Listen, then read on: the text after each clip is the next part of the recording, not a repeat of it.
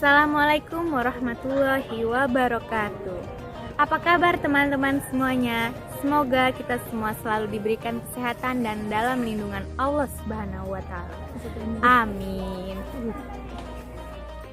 Yang terhormat kepada dosen pengampu mata kuliah studi hadis dalam perspektif pendidikan Islam, Profesor Dr. Hajah Marhumah MPD. Perkenalkan, nama saya Ria Rizky Ananda, mahasiswi program Magister Pendidikan Agama Islam, Fakultas Ilmu Tarbiyah dan Keguruan UIN Sunan Kalijaga, Yogyakarta.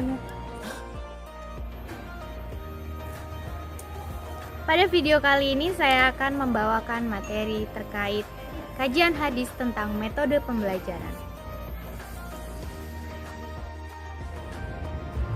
Kita ketahui bersama bahwa Nabi Muhammad SAW merupakan tauladan yang baik bagi umat. Beliau diangkat menjadi Rasulullah pada usia 40 tahun.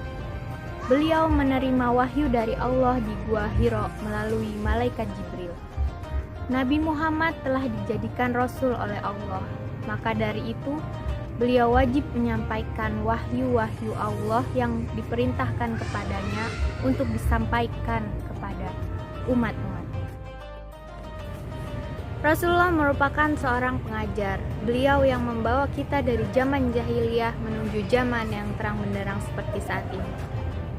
Dalam menyampaikan dakwahnya, beliau menggunakan berbagai macam metode. Salah satu faktor terpenting tercapainya tujuan pendidikan yaitu dengan metode yang baik dan tepat. Metode adalah cara yang teratur dan sistematis untuk pelaksanaan sesuatu. Metode juga berarti suatu cara teratur untuk digunakan melaksanakan suatu pekerjaan agar tercapai dengan baik, sesuai apa yang dikehendaki. Rasulullah SAW sejak awal sudah mencontohkan dalam mengimplementasikan metode pendidikan yang tepat pada para sahabatnya. Strategi pembelajaran yang beliau lakukan sangat akurat dalam menyampaikan ajaran Islam. Rasulullah SAW sangat memperhatikan situasi, kondisi, dan juga karakter seseorang dalam menyampaikan nilai-nilai Islam dan dapat ditransfer dengan baik.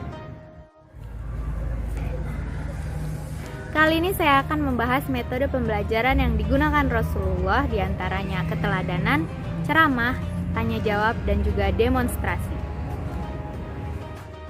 Metode yang pertama yaitu keteladanan. Keteladanan mempunyai arti penting dalam mendidik. Rasulullah SAW merepresentasikan dan mengekspresikan apa yang ingin diajarkan melalui tindakannya, kemudian menerjemahkan tindakannya ke dalam kata-kata. Hadis terkait metode keteladanan sebagai berikut.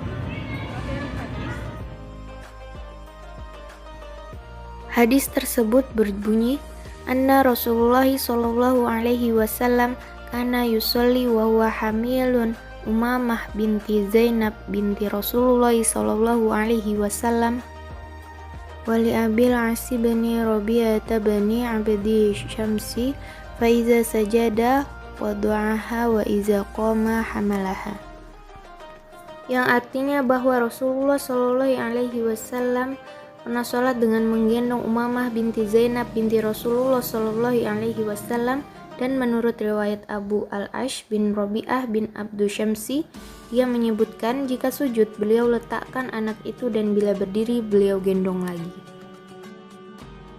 Kualitas hadis tersebut yaitu sahih. Dalam hadis tersebut dijelaskan, menurut Asqalani, ketika itu orang-orang Arab sangat membenci anak perempuan. Rasulullah memberitahukan pada mereka tentang kemuliaan kedudukan anak perempuan. Rasulullah memberitahukan dengan tindakan, yaitu dengan menggendong Umamah, yaitu adalah cucu Rasulullah, di pundaknya ketika sholat. Makna yang dapat dipahami bahwa perilaku tersebut dilakukan Rasulullah untuk menentang kebiasaan orang Arab yang membenci anak perempuan. Rasulullah menyelisihi kebiasaan mereka bahkan dalam sholat sekalipun. Metode yang kedua yaitu metode ceramah. Ceramah merupakan cara yang paling sering dilakukan oleh Rasulullah SAW dalam menyampaikan ajaran Islam kepada umatnya. Metode ceramah yakni menyampaikan suatu materi pembelajaran dengan jalan penuturan secara lisan kepada anak didik atau khalayak ramai. Berikut ini merupakan hadis tentang metode ceramah. An Abi Hurairah qala lamma anzalat hadhil ayah wa anzir ashiranaka aqrabin Asy-Syu'ara mi'ah wa khamsah wa isrun. Da'a Rasulullah sallallahu alaihi wasallam Quraisyah fajtama'u fa'ammu wa hassu faqala ya bani Ka'ab bin Luwai anqizu anfusikum minan nar ya bani Murad bin Ka'abi anqizu anfusikum minan nar ya bani Hashim anqizu anfusikum minan nar ya bani Abdul Muthalib anqizu anfusikum minan nar ya Fatimah anqizu anfusikum minan nar fa inna la amlaka lakum minallahi syai'a ghayra lakum rahiman sabiluha bibilaliha. Artinya dari Abu Hurairah ia berkata, tak kala turunkan ayat ini dan peringatkanlah para kerabatmu yang terdekat. Quran Surah Asy-Syu'ara ayat 125. Maka Rasulullah Shallallahu Alaihi Wasallam memanggil orang-orang Quraisy. Setelah mereka berkumpul, Rasulullah berbicara secara umum dan khusus. Beliau bersabda, wahai Bani Ka'ab bin Luwai, selamatkanlah diri kalian dari api neraka. Wahai Bani Abdi Syams, selamatkanlah diri kalian dari neraka. Wahai Bani Abdi Manaf, selamatkanlah diri kalian dari neraka. Wahai Bani Hashim, selamatkanlah diri kalian dari api neraka.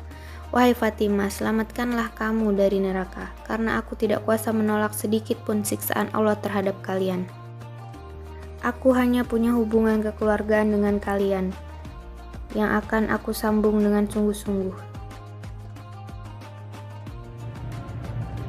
Hadis ini menjelaskan tentang seruan Rasulullah SAW kepada kerabatnya untuk menjaga diri dari siksa api neraka.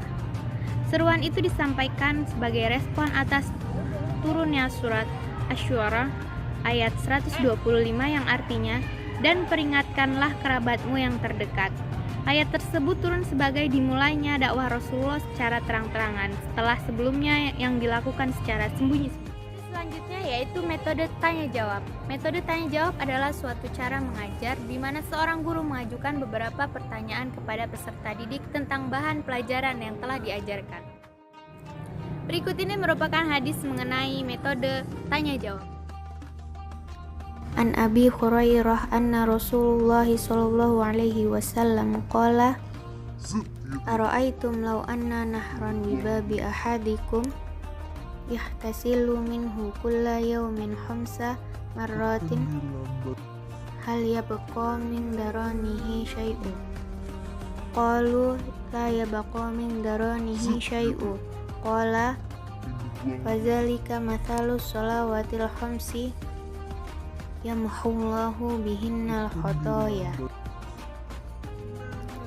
Artinya, dari Abu Hurairah, Rasulullah Shallallahu Alaihi Wasallam bersabda, bagaimana pendapat kalian seandainya ada sungai di depan pintu salah seorang di antara kalian? Ia mandi di sana 5 kali sehari. Bagaimana pendapat kalian? Apakah masih akan tersisa kotorannya? Mereka menjawab, tidak akan tersisa kotorannya sedikit pun. Beliau bersabda, begitulah perumpamaan sholat 5 waktu. Dengannya Allah menghapus dosa-dosa. Hadis tersebut diriwayatkan oleh Imam Bukhari dan Muslim. Hadis tersebut kualitasnya yaitu sahih. Di dalam hadis tersebut diceritakan bahwa pada saat berdakwah Rasulullah bertanya kepada umatnya mengenai pendapatnya, yang terdapat dalam kalimat bagaimana pendapat kalian. Nah, kalimat tersebut merupakan kalimat tanya yang diajukan untuk mendapatkan respon jawaban atas pertanyaan Rasulullah. Berdasarkan hal tersebut, metode tanya jawab merupakan metode yang sangat bagus untuk digunakan dalam pembelajaran. Metode yang selanjutnya yaitu metode demonstrasi. Metode demonstrasi merupakan metode mengajar yang menggunakan peragaan untuk memperjelas suatu pengertian atau untuk memperlihatkan bagaimana melakukan sesuatu kepada peserta didik. Berikut mengenai hadis tentang metode demonstrasi.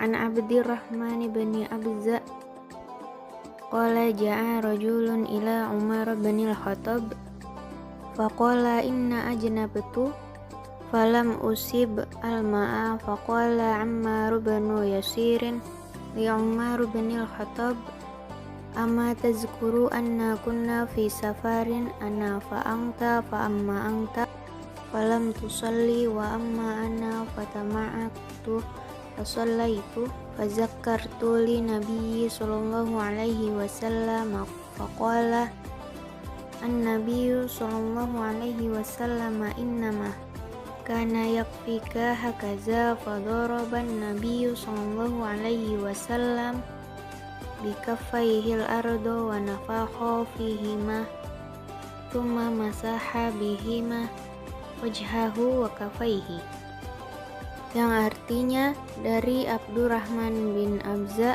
dari ayahnya ia berkata, telah datang Ammar bin Yasir berkata kepada Umar bin Khattab, tidakkah ingat seorang kepada Umar bin Khattab? Lalu ia berkata, sesungguhnya aku sedang junub dan aku tidak menemukan air. Maka berkata Umar bin Yasir kepada Umar bin Khattab, ketika saya dan Anda dalam sebuah perjalanan, adapun Anda belum sholat, sedangkan saya berguling-guling di tanah, kemudian saya sholat. Saya pun menceritakannya kepada Rasulullah SAW, kemudian beliau bersabda, sebenarnya Anda cukup begini. Rasulullah mempukulkan kedua telapak tangannya ke tanah dan meniupnya, kemudian mengusap keduanya pada wajah dan tangan beliau.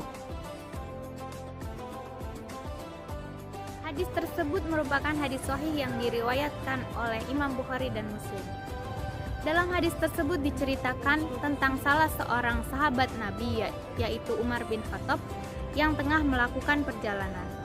Dalam kondisi tersebut ia junub dan tidak menemukan air untuk bersuci. Maka ia pun bertayamum dengan cara berguling-guling di tanah.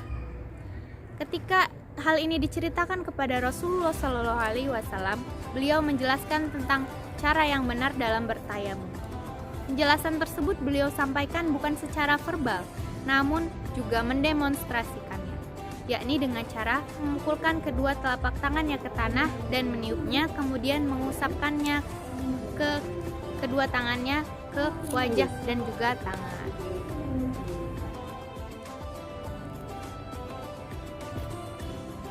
Demikian materi yang saya sampaikan terkait kajian hadis tentang metode pembelajaran. Lebih kurangnya saya mohon maaf, semoga bermanfaat. Wassalamualaikum warahmatullahi wabarakatuh.